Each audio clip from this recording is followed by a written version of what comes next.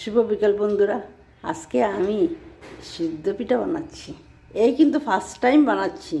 আগে তো সবসময় আমার মা বানিয়ে খাওয়াতেন, সব সময়। এই দিনটা আসলে মা চাউলের গুঁড়ি বাড়ি থেকে নিয়ে আসতেন, আমাকে আর এদিকে আমার ঠাম্মাকে, দুজনকে। তো মা অসুস্থ হওয়ার পরে আর কে খাওয়াবে চালের গুঁড়াটা? দেখুন, আগে দেখতাম মা বানাতেন, দেখি পারিনি, দেখা যাক। এই যে কারোর জন্য এসেছি, এই যে পিঠাটা বানাচ্ছি সিদ্ধ পিঠা, ওইটার সাইডের দিকে শ্বাস তুলতে হয় না। দেখতাম মা ঠাম্মারা যে বানাতেন না, এমনি বকফুল বানালে তো এরকম আঙুল দিয়ে শ্বাস তুলতে হতো না, কিন্তু ওইটাতে লাগে না।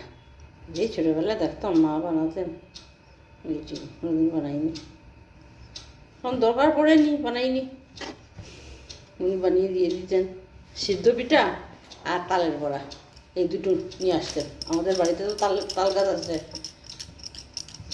তালের গোলা নিয়ে, আর গাছের নারিকেল আছে, নারিকেল আসে, নারিকেল আর তালের গোলাটা, দুটো জিনিসই নিয়ে আসতে। এই আমার জীবনের প্রথম বানাচ্ছি এই সিদ্ধ পিঠাটা। সব কিছু যত সব পিঠা আমি বানাই না, যত আমি বিয়ের আগে কোনোদিন বানাইনি, ওইদিকে যেতামই না, ওইগুলা খেয়ে বানায়।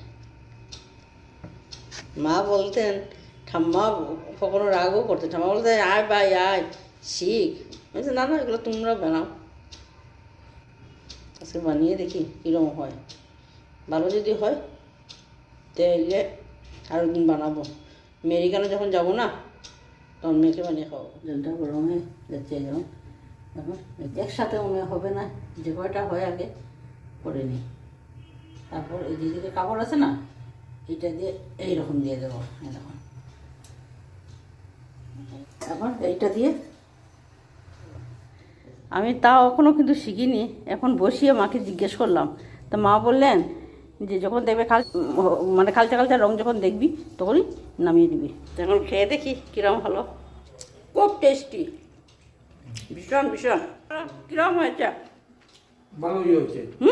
ভালো হয়েছে বন্ধুরা, ফার্স্ট টাইমই ভালো হয়েছে। যাক, এটা খেয়ে আমার ছোটোবেলার কথাগুলো মনে করে।